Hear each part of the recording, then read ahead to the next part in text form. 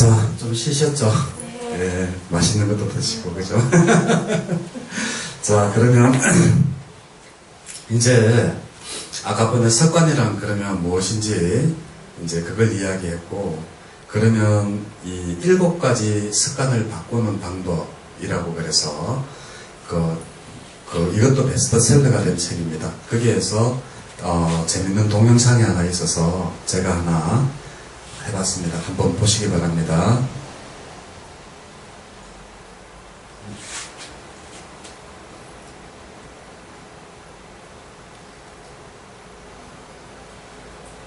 잠깐만요. 아, 이걸 꺼놨었구나. 네.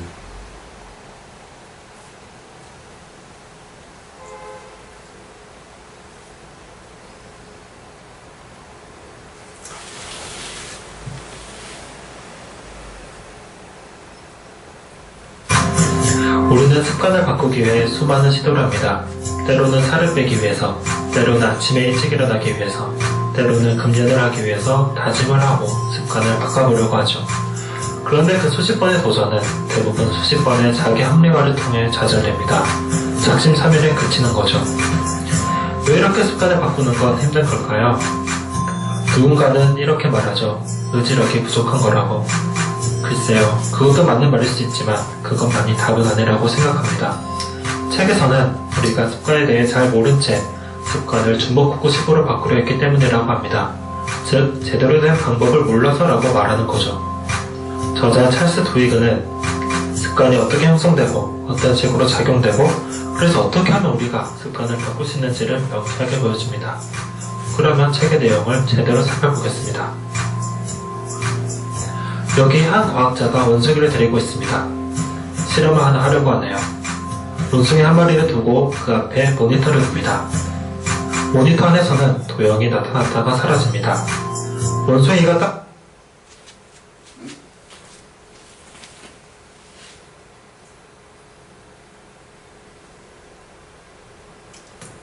이게 또 재생 오류가 뜨네요.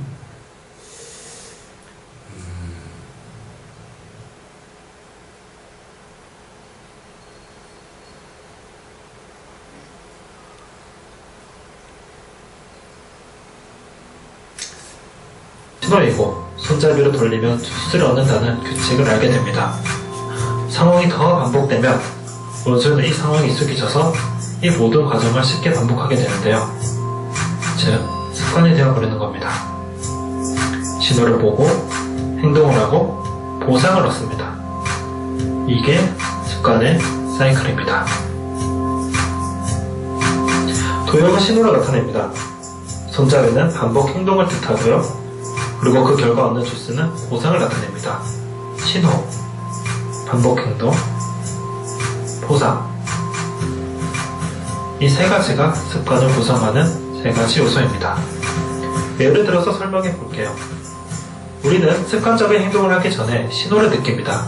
길을 걷다 치킨 냄새를 맡을 수도 있고 혹은 초조함과 같은 기분 상태일 수도 있습니다. 그런 신호를 느끼고 나면 우리는 습관적이고 반복적인 행동을 합니다. 치킨을 먹거나 초조함을 느껴서 손톱을 물어 뜯을 수 있습니다. 그 결과 우리는 보상을 얻죠. 치킨의 맛있음과 바삭함, 혹은 손톱을 물어 뜯는 대로부터 오는 안정감 등을요. 이렇게 신호, 반복, 행동, 보상의 반복이 습관일 것입니다. 그럼 습관의 요소가 이렇다는 건 알겠는데 왜 이렇게 습관을 바꾸거나 고치기는 어려운 걸까요? 재밌는 건 여기서부터입니다. 다시 그 원숭이로 돌아가 보죠. 이번에는 원숭이의 뇌 속으로 들어가 봅시다. 습관이 형성되는 초기 원숭이의 뇌는 이렇게 반응합니다. 신호를 보고 반복 행동할 때는 뇌파가 일정합니다. 그 후 보상을 받으면 흥분해서 반응을 합니다. 기분이 좋다고요. 그러면 이번엔 습관이 완전히 형성된 후 뇌파를 보겠습니다. 신호를 보자마자 뇌파가 급격히 반응합니다. 그 후 반복 행동과 보상 때에는 일정합니다. 왜 신호를 보자마자 급격한 반응을 하는 것일까요? 이는 원숭이가 신호를 보자마자 보상을 느낀다는 건데요. 원숭이가 신호를 보고서 보상을 느끼고 기대하는 겁니다. 주스를 맛보기도 전에 신호만 보고서 주스의 달콤함을 느끼는 거죠. 그렇다면 이번엔 보상을 안 주어 봤습니다. 신호를 보고 손잡이를 돌렸는데도 보상을 안 주는 거죠. 원숭이는 자기가 기대하는 보상이 나오지 않자 화를 냅니다. 실망하고 좌절하는 거죠. 왜 이럴까요? 이는 열망, 욕망이 생겨서입니다. 뇌가 보상이 오기도 전에 그 보상을 기대하고 상상하기 시작해서죠. 도형을 보자마자 보상이 올 거라고 아는 원숭이는 주스의 달콤함을 상상하고 기대하면서 욕망하게 됩니다. 신호를 보았는데도 주스가 나오지 않으면 그 욕망이 채워지지 않아 화를 내는 겁니다. 한번 담배를 예로 들어 설명해보죠. 우리 주위에 흔하지만 강력한 습관 중에 하나인 담배를요. 담배를 피면 니코틴을 얻고 그로부터 안정감, 기분 좋음을 얻습니다. 처음에는 그저 담배로부터 오는 그 안정감 자체를 즐기죠. 그런데 언제부턴가 길을 걷다 사람들이 피는 담배를 보거나 담배 냄새를 맡으면, 즉 신호를 느끼게 되면 욕망이 생깁니다. 담배를 피우고 싶다는 욕망이요. 이미 내 속으로는 담배가 주는 기분 좋음을 느끼게 되는 거죠. 이때 담배를 피지 않게 되면 우리의 뇌는 거부 반응이 일어납니다. 기분이 안 좋아지고 초조해지고 짜증이 나는 거죠. 열망이 채워지지 않으니까요. 어떻게 된 걸까요? 우리의 습관이 우리를 지배하기 시작하는 것입니다. 처음에는 위안을 위해 피웠던 담배가 이제는 피지 못하면 괴롭고 짜증나는 끊기 힘든 습관이 되어버린 것입니다. 그래서 습관의 요소는 이 세 가지 말고 한 가지 요소가 더 있는 것입니다. 다른 세 가지를 계속 반복하게 되는 핵심 요소인 열망, 욕망이라는 애가 있는 거죠. 습관이 이렇게 구성된다는 건 알겠는데, 그렇다면 이 습관을 고치려면 어떻게 할까요? 이번에는 습관을 고치는 방법. 자, 어때요? 우리가 몰랐던 거 하나 있었죠. 우리가 왜 반복된 습관을 하는지. 여기에 이 책에 그 저자는 우리의 욕망 때문이라고 그럽니다. 열망. 아까 번에도 도표에서도 봤다시피 초기 단계에 원숭이한테 이렇게 주면 별표가 나타나면 그 별표를 누지르면 이 행동을 하면 주스가 나옵니다. 그죠? 이렇게 해서 이게 자꾸 반복이 되면 습관이 되면 나중에 원숭이는 이 별만 봐도 주스를 딱 떠올리고 그걸 누지르는데, 이것이 주스가 안 나왔을 때 거기에 대한 그게 나오죠. 막 화를 내고 짜증을 내고 원숭이도 그렇게 그러겠죠. 그죠? 우리 사람들도 똑같습니다. 예를 들어서 우리가 습관이라는 게 이 정도로 무서운 겁니다.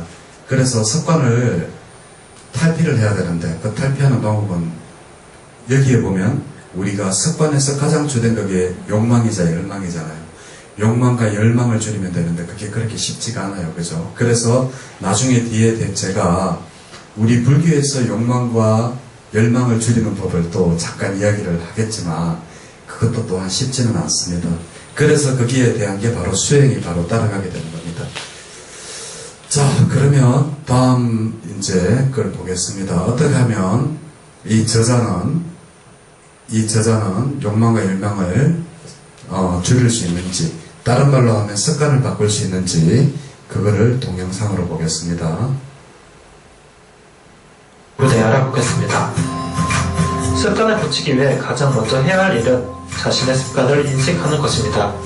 물론 우리는 우리가 바꾸고자 하는 습관 자체는 알고 있다고 생각합니다. 자신이 폭식을 한다든지 자꾸 할 일을 미룬다든지 손톱을 자주 물어뜯는다는 것은 우리가 알고 있죠. 하지만 우리가 알고 있다고 생각하는 것은 단지 반복 행동에 불과합니다. 다른 중요한 요소인 신호, 보상, 열망까지 우리는 알아야 합니다. 깊이 생각해야 되는 거죠. 조금 어려운가요? 한번 예를 들어 설명해보죠.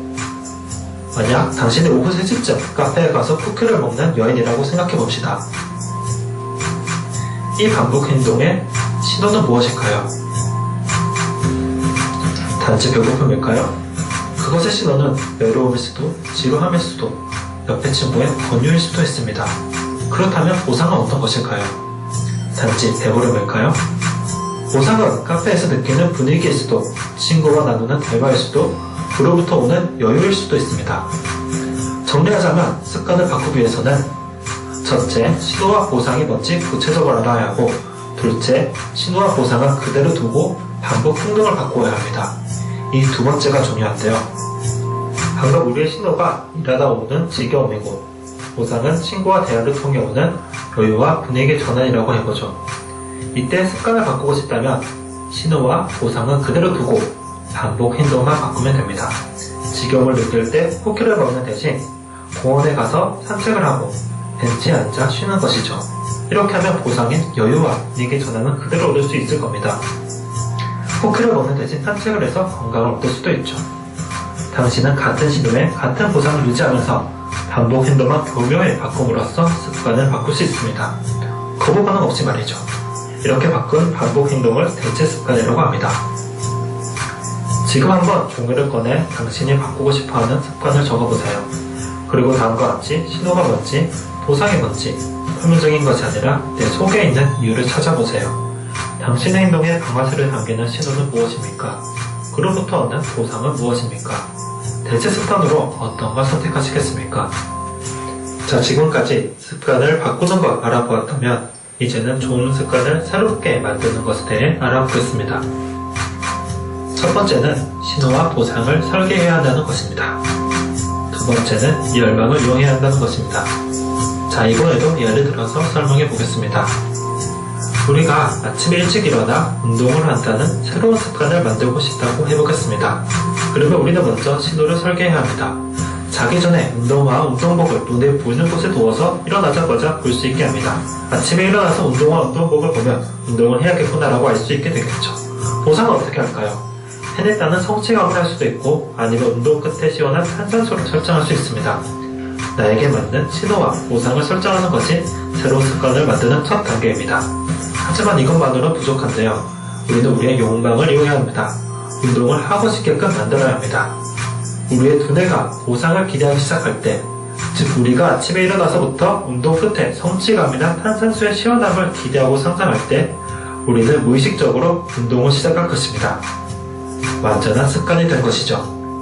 즉 우리는 습관이 가져다줄 미래를 상상할 때, 그 미래를 멸망하고 욕망할 때 습관이 완성됩니다. 원숭이가 주스의 달콤함을 기대하고 열심히 손잡이를 돌리듯이 우리도 우리가 만들려고 하는 미래를 상상하고 기대해야 합니다. 때로는 연예인의 예쁜 몸매를 보면서, 때로는 주위 사람들의 반응을 상상하면서 열망해야 합니다. 그래야 비로소 우리는 의식적으로 습관적인 행동을 하게 될 것입니다. 마지막으로 한 가지 더 말하고 싶은 게 있는데요. 습관을 바꾸다 보면 언젠가는 정말로 힘든 순간이 옵니다. 스트레스가 심해지면 우리는 예전의 습관으로 돌아오고 싶어집니다. 이때 누군가는 포기하고 누군가는 계속해서 습관을 유지하는데요. 습관을 유지할 수 있었던 비결은 믿음이었다고 합니다. 앞으로 자신이 더 나아질 것이라는 믿음, 천천히라도 조금씩이라도 더 나아질 것이라는 믿음이 있었다고 합니다. 유혹은 언제든지 찾아오고 좌절도 찾아올 수 있습니다. 하지만 우리가 더 나아질 것이라는 믿음을 가질 수 있다면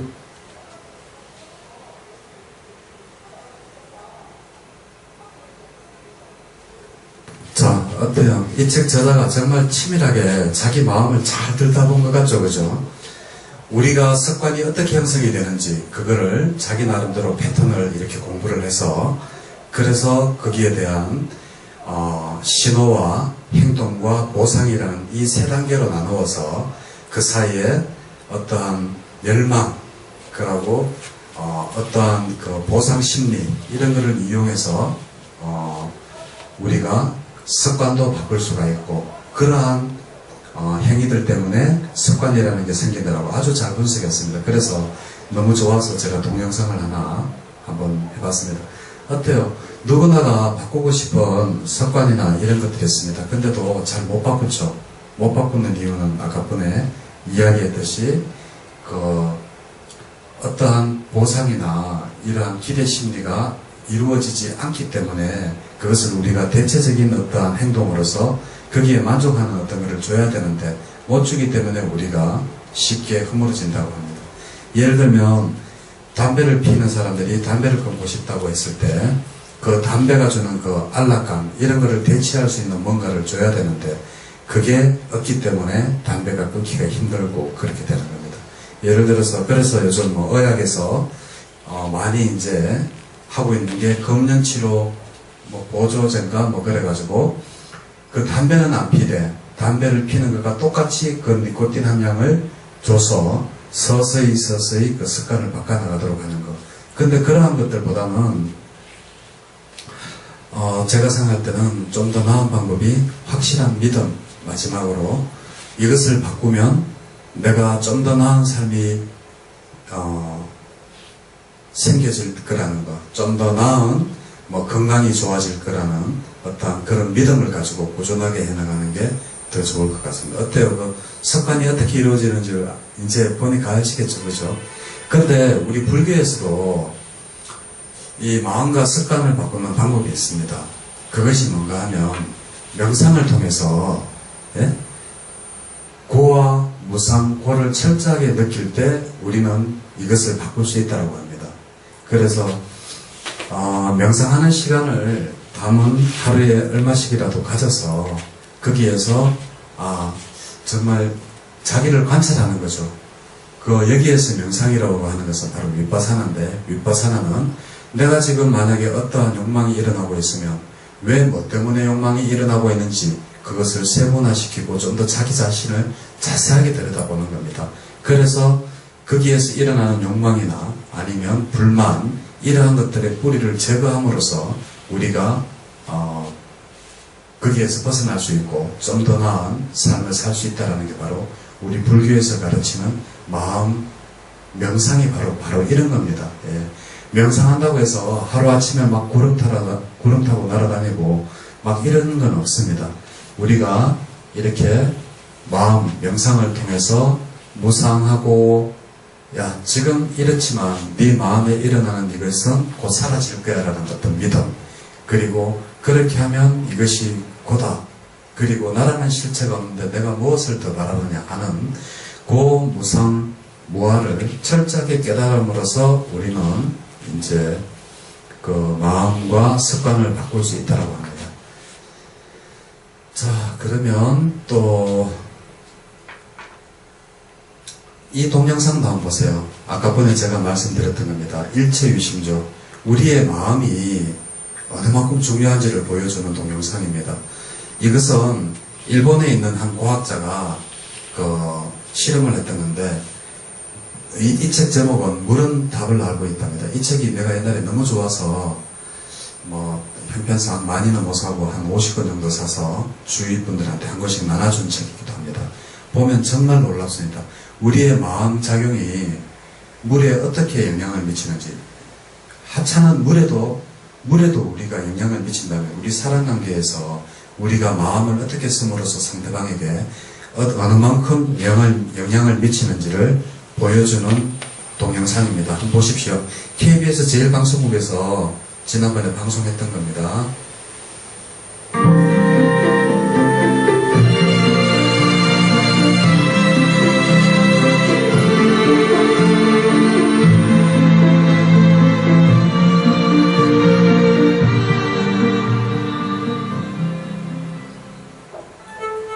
누구나 한방눈 오는 어린 시절, 돋보기로 눈을 관찰한 추억이 있어 그것이 예쁜 육각형이란 사실은 다 알고 있습니다.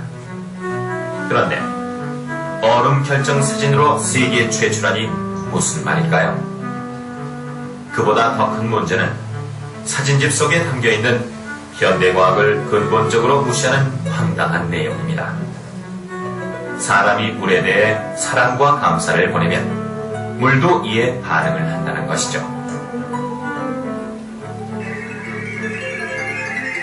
에모토 씨는 그 증거로 사랑과 감사의 말을 들려준 물의 결정은 선명하고 예쁜 육각형을 이루는 데 반해, 욕설과 꾸지럼을 들려준 물의 결정은 무참히 깨져버리는 사진을 제시하고 있습니다.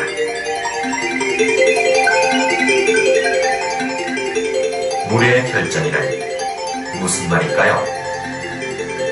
아름다운 음악을 들려준 토마토가 더 크게 자랐다거나 젖소가 우유를 더 많이 생산했다는 보고는 있었으나 무생물인 물이 결정을 통해 반응을 하다니요.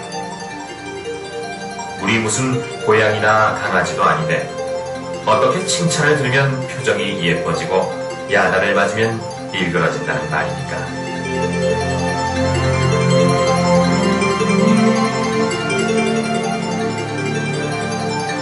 과학자들이 아예 상대를 안 해줘서 그렇지 아마도 심각하게 얘기하자고 하면 그야말로 혹세무민한 죄를 물어 중세의 마녀재판이라도 열자고 할 만합니다. 10초에 에모토 씨는 우리 주변에 존재하는 다양한 물을 조사하면 여러가지 다른 결과가 나오지 않을까 하는 점에 착안했다고 합니다. 예상대로 염소 소독을 한 도시의 수돗물은 산골의 계곡물에 비해 참담한 결과가 나왔습니다. 저음이 심한 도시 하천의 물은 농촌의 샘물에 비해 성적이 크게 좋지 않았죠.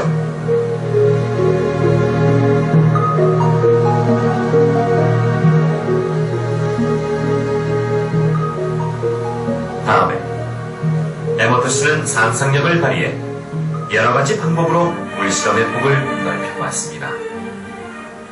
물에 좋은 음악을 들려주었습니다. 밤이 새우고 Where's this white baby left? Will I find a new place?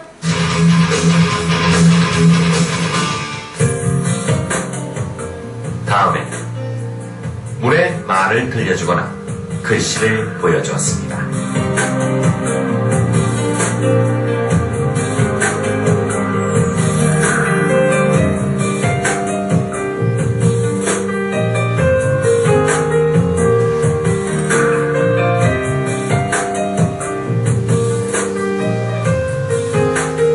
특별히 한국을 상징할 만한 단어 중에 김치와 남북 통일의 모양이 역동적입니다. 고맙습니다라고 쓰여진 병에 일주일 넣어둔 물에는 칼슘이 미량이지만 늘어났습니다. 또 14일 동안 넣어두었던 물도 그 상태가 유지됐습니다. 그런데 바보라고 써놨던 용기에 넣어두었던 물은 일주일 만에 20ppb로 늘어났지만 2주일 후에는 그 상태를 유지한 게 아니라 농도가 마이너스 제로로 완전히 감소해 버렸습니다. 이처럼 고맙습니다, 바보라는 말에 따라 수중에 존재하는 칼슘 원소 농도의 변화 패턴이 전혀 다름을 알 수가 있었습니다. 일본어로 바보라고 쓴 경우에 급증, 급감하는 굉장히 큰 차를, 큰 변화를 보여줍니다. 밸런스가 좋지 않다는 것이죠. 그러니까 안이 비틀어지게 되어 그런 결정만 만들게 되는 겁니다. 이러한 특이 변화, 칼슘이 줄어들면 발효작용이 사라지기 때문에 미네랄이 사라지는 것이기 때문에 발효작용이 계속되지 않고 중간에 멈춰버린다는 점을 알 수 있습니다. 촬영실에선 특수하게 정제된 화학실험용 증류수를 사용합니다. 여기에 한글로 된 사랑, 존경, 감사란 단어와 너를 죽인다의 두 단어를 실험해봤습니다. 글씨를 부착한 지 이틀가량 지난 뒤에 관찰 결과입니다.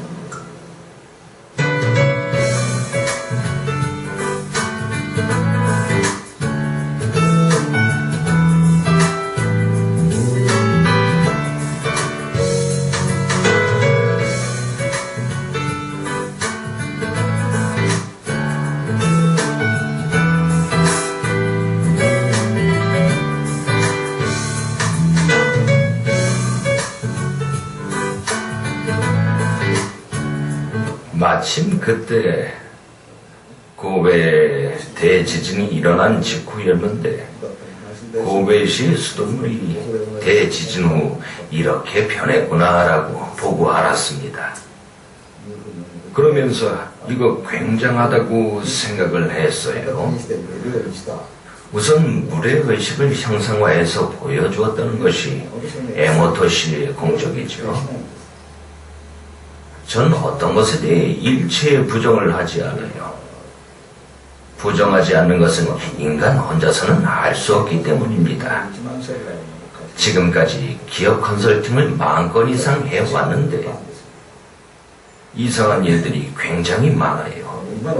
현대 과학으로서도 설명할 수 없는 일이 있다는 것을 인정할 수밖에 없게 됐죠.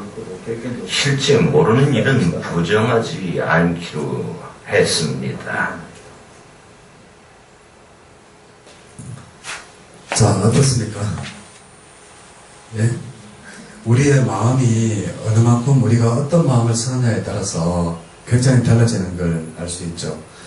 저걸 어떻게 실험을 하는가 하면, 저 에모노라는 사람이, 일단은, 사랑합니다라든지 음악을 들려줬던 그 물을 며칠간 이렇게 계속 해놨다가, 그 물은 처음에 시작할 때는 똑같은 정유수 가지고 시작합니다. 어느 물이 더 좋고 어느 물이 더 나쁘고 그런 게 아니고, 똑같은 물을 이렇게 해서 그 물에다 떨자 놔놓고 며칠이 지난 다음에 음악을 들려주고, 또 한쪽에는 욕을 하는 그러한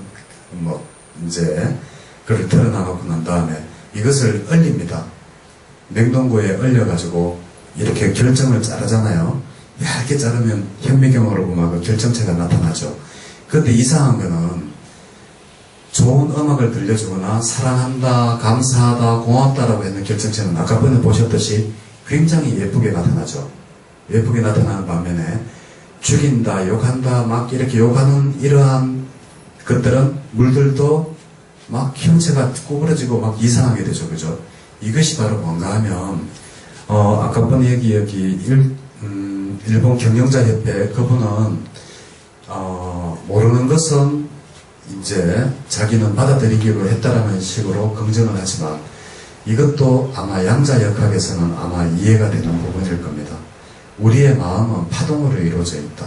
그래서 아까 번에 제가 왜 앞 시간에 제가 말씀드렸듯이 내가 그냥 이렇게 어떠한 사물을 볼 때 이 파동은 벌써 움직여서 간다 하잖아요. 그러면 왜 움직이는가 하면 그 우리가 보는 이 빛의 파장보다도 그것이 더 가볍고 더 작기 때문에 이미 움직이고 없는 우리는 허상을 본다. 그렇더라도 자기가 느꼈는 그러한 것들, 감사스러운 마음이라든지 이러한 것들은 알 수 있을 것이다. 그래서 이 물은 답을 알고 있다라는 이 책이 진짜 베스트셀러가 된 지가 10년도 넘었습니다. 이 책이. 근데 꾸준하게 많이 팔리고 있어요. 물은 답을 알고 있다 2편도 나왔습니다. 2편은 1편에 너무 중복되는 내용이 많아서 저는 2편은 따로 사지를 않았습니다. 1편에 이렇게 보면 1편에 중요한 내용이 다 들어있어요. 우리의 마음작용이 어느 만큼 중요한지, 내가 다른 사람을 대할 때 어떠한 마음으로 대하면 우리는 그냥 상대방은 모를 거야 라고 생각을 하지만 그 파동, 마음은 파동이기 때문에 그 파동에 의해서 상대방도 느껴지고, 내가 만약에 악한 마음을 가지고 있으면 상대방도 그 악한 마음 때문에 파동을 받는 거예요. 그래서 내가 화를 낸다든지 내가 남한테 나쁜 말을 한다든지 할 때 굉장히 조심을 해야 된다. 그 이유는 우리의 마음이 파동이라서 그 파동으로 전해진다 라는 게 지금 제가 그걸 보여드리기 위해서 물은 답을 알고 있다 라는 거기에서 KBS에서 이것도 취재를 했더라고요. 그래서 거기에서 나온 내용을 제가 동영상을 한번 올려봤습니다. 그래서 우리 불교에서는 아까 번에 습관을 바꾸고 모든 것을 바꾸는 방법으로 고통을 제거하는 그러한 방법으로 위파사나와 사마타를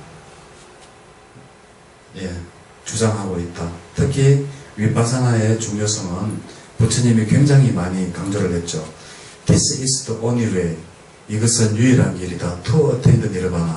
열반에 이르는 only가 정말 중요한 말입니다. only는 단지 유독 꼭 이 방법만이 바로 이런 뜻이거든요. 그래서 This is the only way. only가 정말 중요합니다. 그래서 부처님께서 우리가 마음을 잘 쓰고 우리가 고통에서 벗어나고 우리가 무상을 느끼고 그리고 무아를 느끼면서 우리가 행복하게 살아갈 수 있는 방법으로 바로 위파사나와 사마타를 제시했다. 바로 이것입니다. 그래서 오늘 마음이란 무엇인지, 우리 불교에서 바라보는 마음이 뭔지, 그리고 성리학에서 바라보는 유교, 성리학에서 바라보는 마음은 어떠한 건지, 그리고 우리의 마음이 어떠한 작용을 하며 어떠한 특징을 가지고 있는지, 그리고 또 하나 이제 우리의 습관을 바꾸려면 어떻게 해야 되는지 그 저자가 했던 아주 좋은 분석을 잘했어요. 그 분석하는 그 마음이 바로 위파사나다.